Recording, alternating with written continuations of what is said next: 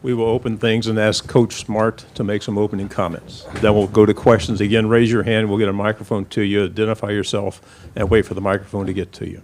Coach? Yeah, we came here with a plan to have a connected assault. We talked about it all week, and we wanted our team to stay connected, and they did that. Our team kind of played this game like they played the whole season. Unbelievably well in spurts, unbelievably poor in spurts, and answered the bell when they had to. And I'm proud of them. They've handled that all year. I want to give a lot of credit to Brian Kelly and the LSU team that never went away, never quit fighting, had an injured quarterback, and they did a really good job of fighting and pushing through. But this has been a different group, you know, and you guys have tried to label them and tried to figure them out and tried to analyze them. They're not comprehensible. They do what they have to do, and they do it well, and they care about each other, and they really do it for each other. And no greater example of that than these two men sitting next to me who've been part of our program for a long time. Okay, questions, please raise your hand if you have one. Okay, we're going to go in the second row here on the right. Please state your name and the question. Jordan Hill with the Dogs 247. Question for Chris and also for Kirby. Walk me through the blocked field goal. It kind of looked like Smile was sort of waving you off. What was sort of the thought through that? And then Kirby, was it one of those no, and then, you know, all right, go ahead and go with it? I'll let Chris answer it, but Chris knows we watch those in the team meeting about once every 3 weeks, and I'll let him talk about it. Yeah, like Coach said, that's a scenario that we go over a lot. And, you know, we know if the ball passed the line of scrimmage, we had an opportunity to be able to pick it up. And I was just waiting to get the go from the sideline. As soon as the sideline gave me the go, just picked it up and it started hitting it. The rule is you're not allowed to pick it up unless you score with it. So. Okay, we're on the back row in the middle, please. Sorry about that. Kirby, I don't know if you saw when Jalen picked up the LSU quarterback and just kind of almost held him there. Stetson's shaking his head. Do you see that sort of stuff from him in practice, that sort of dominant thing? And have you ever seen a player get that happen before? Yeah, I've seen players do that, and they usually didn't end well. You know, they usually don't have the restraint. And I told him, I said, you know, you prove to a lot of people that there's a thought process and great restraint to keep from doing something dumb. It showed great discipline on his part to not do anything. Or, you know, we had a penalty in this game early in the year. I think it was Kamari on I don't know if you call it a body-to-body suplex tackle, and you don't do that. And I just got a lot of respect for Jalen to not do that. Unfortunately, we don't let him do that to Stetson. Otherwise, Stetson would be in pieces. On your right, standing up. Brooks Austin with Dogs Daily. Stetson, you seemed extremely confident in the first half today. I think you were 19 of 24, over 200 yards, 4 touchdowns. What was it about the game plan that just made you feel so comfortable? Well, I mean, I was familiar with the plays. We repped them a lot during that week and during the season. And, you know, we had executed them during the week. And, you know, when it's the SEC championship, you kind of gotta play confident. And if you don't, then they're going to beat you. Yeah, I don't know, got good players, and I mean, I don't think I got touched tonight. Our O-line was incredible, so. Over here against the wall. For both players, everybody was talking before the season, to your left. Everyone was talking before the season about all the guys you don't have coming back, the draft picks and everything, but what were people missing in their analysis of you guys coming into the season? I think what they were missing was the culture that we were able to create around here and the next man mentality that we were able to have. You know, starting the season, we had a lot of guys that weren't able to play, but as the season goes on, they were able to gain that experience, and I think that helped us out a lot. We'll go up here on the front row. I'm sorry. I think he was asked the same. Okay. Yeah. Well, I think, you know, for me and Chris, it took us a while to get here, right? So there's really no option but to play well now, right? I mean, when things start going bad, what are you going to do? Stop? Like, no. Like, we knew how hard it was to play for the University of Georgia, right? And so now we'll do almost anything to win. So I think we have a lot of older guys like that. This is for Chris. Just wondering, what's the takeaway from this? Obviously, you guys got more work to do. You got great, big, huge games in front of you.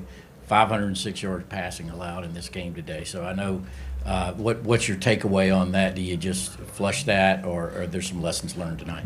Like you said, we got a lot of work to do. Definitely don't flush it, but we able to come out on top with a great team win. And, we got to get back to the drawing board and continue to work. Left side, fourth row. Kirby, you mentioned some unbelievably poor spurts here in the course of the game. What concerned you coming out of tonight, and what are you going to work on over the next 4 weeks? Everything.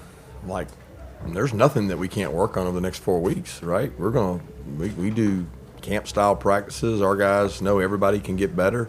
Conditioning level, tackling. But football's a tough, hard sport, and our guys embrace challenges. So I think they'll embrace the challenge of getting better, and you can't say you're going to go work on one thing because then you'll be giving up on some other things. And we need to work on a lot of things. And our guys understand as the year goes on, teams tackle poorly, teams cover poorly, defense usually deteriorates, and that's not the culture here, and it won't be accepted or tolerated, so we got to fix it. Anything specific coming out of tonight, though? I would have to watch the tape to see. We played a different style in the second half, and that affected us some, and just got to play better. We got to affect the quarterback better. Front row. Stetson, Coach spoke earlier this week about checking the box as far as this game is concerned. I know this may sound like a silly question, but you guys won the national title last year, came up short in this one. Did that leave any kind of void that y'all were just determined to kind of take care of today? Well, what's the question? I'm sorry. I said last. I said, it may seem like a silly question. You guys won a national title last year. We came up short in this game. How important was it to make up for that, for lack of a better word, today? Yeah, winning the SEC is a big deal. This is the best conference in football, and I think with national championships is huge and great, and that's our next goal. But SEC is the first goal, and it's the first goal, second goal after winning the East. But winning the SEC championship, there's only one of those. It's a banner, right? It's the same thing as a national championship, just a little bit smaller scale. So yeah, it was important for us. Front row. Yeah, for Kirby and Chris, the example of ball hitting the LSU player's helmet, and then obviously the field goal. Is that just perfect examples of not playing until the whistle's blown and those two key moments of the game? Yeah, I think it's a trite expression to say play till the whistle's blown. Hell, everybody plays till the whistle's blown, right? That's what you do.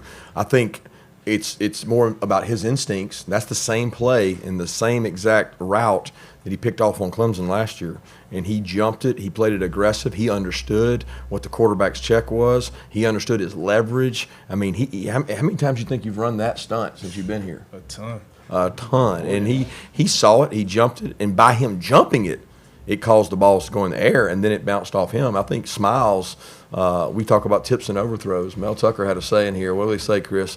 Tips and overthrows. Got to get those. And we got them. And that's a big deal. And Smile did it, and then Chris picking up it's just football savvy and football awareness for him to pick that ball up, because we showed him video of guys touching the ball after it's blocked and the other team gaining possession. But we also say, if you can score, go do it. I don't know if you remember last year, we blocked one on Alabama national championship game, and Lewis or Quay, about messed it up, and they would have gotten the ball. And so we use that as an example of don't touch it. And Chris thought about that. You could see him thinking about that. Then he realized there's nobody covering, so he went.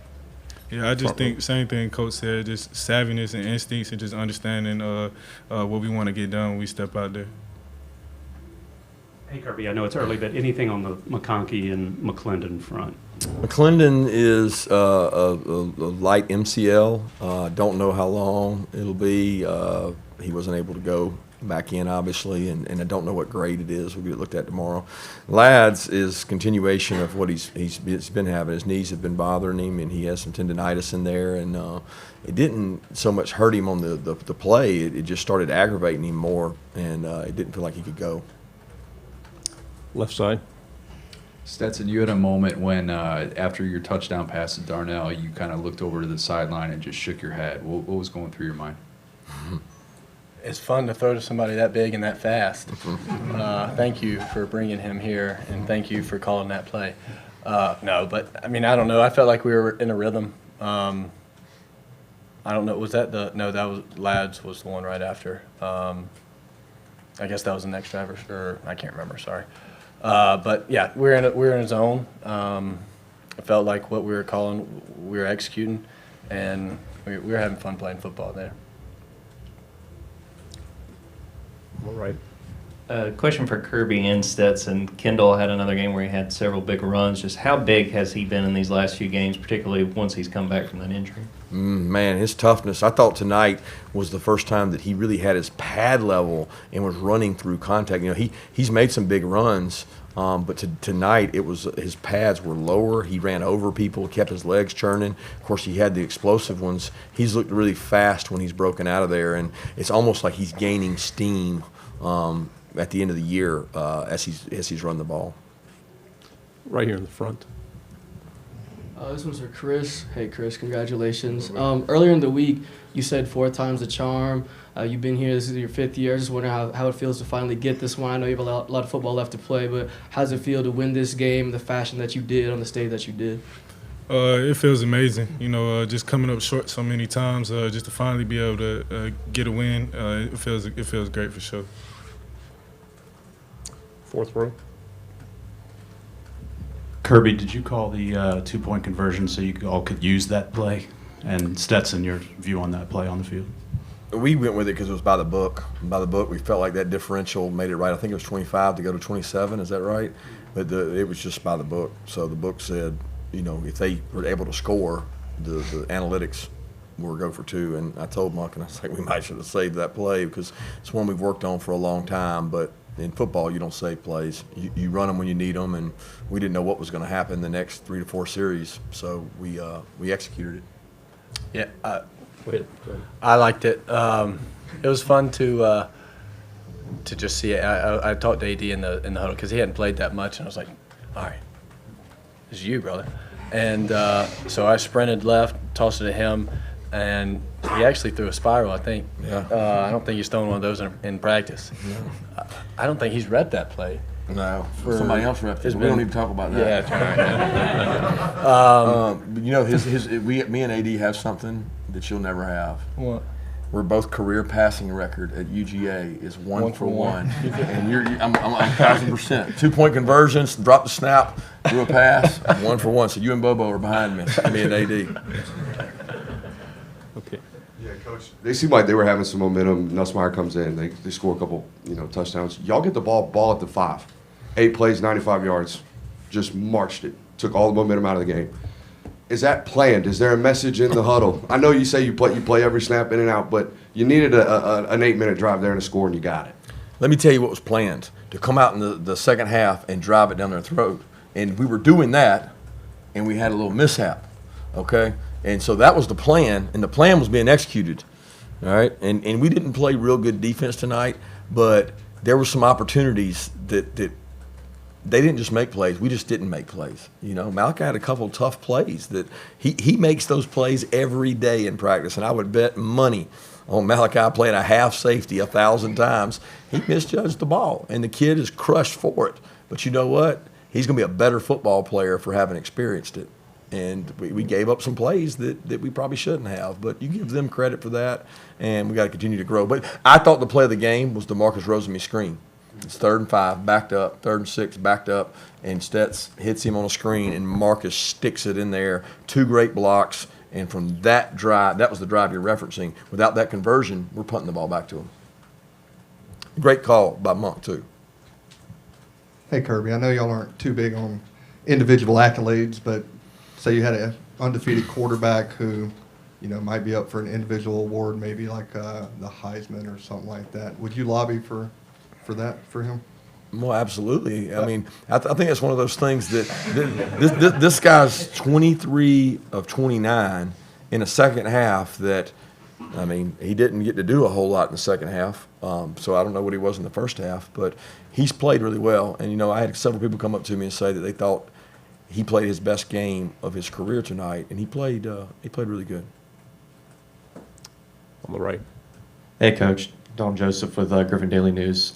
You mentioned that 3rd down play and just how physical you guys were and able to get that first down. How proud of you of your team on how physical they are to make those plays, especially your receivers that are able to make those blocks? Yeah, the physicality at our place comes out every day in practice. And the thing I'll never shy away from or tell people is that physical wins in our league. You see, our league's different.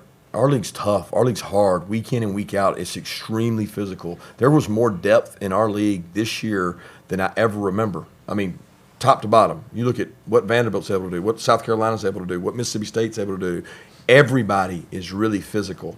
So you've got to set yourself apart, and you've got to have a culture, and you've got to build your culture around guys who think toughness matters. Because if toughness doesn't matter, you got no chance in this league. You win on the road with toughness, and I thought we won tonight with some toughness.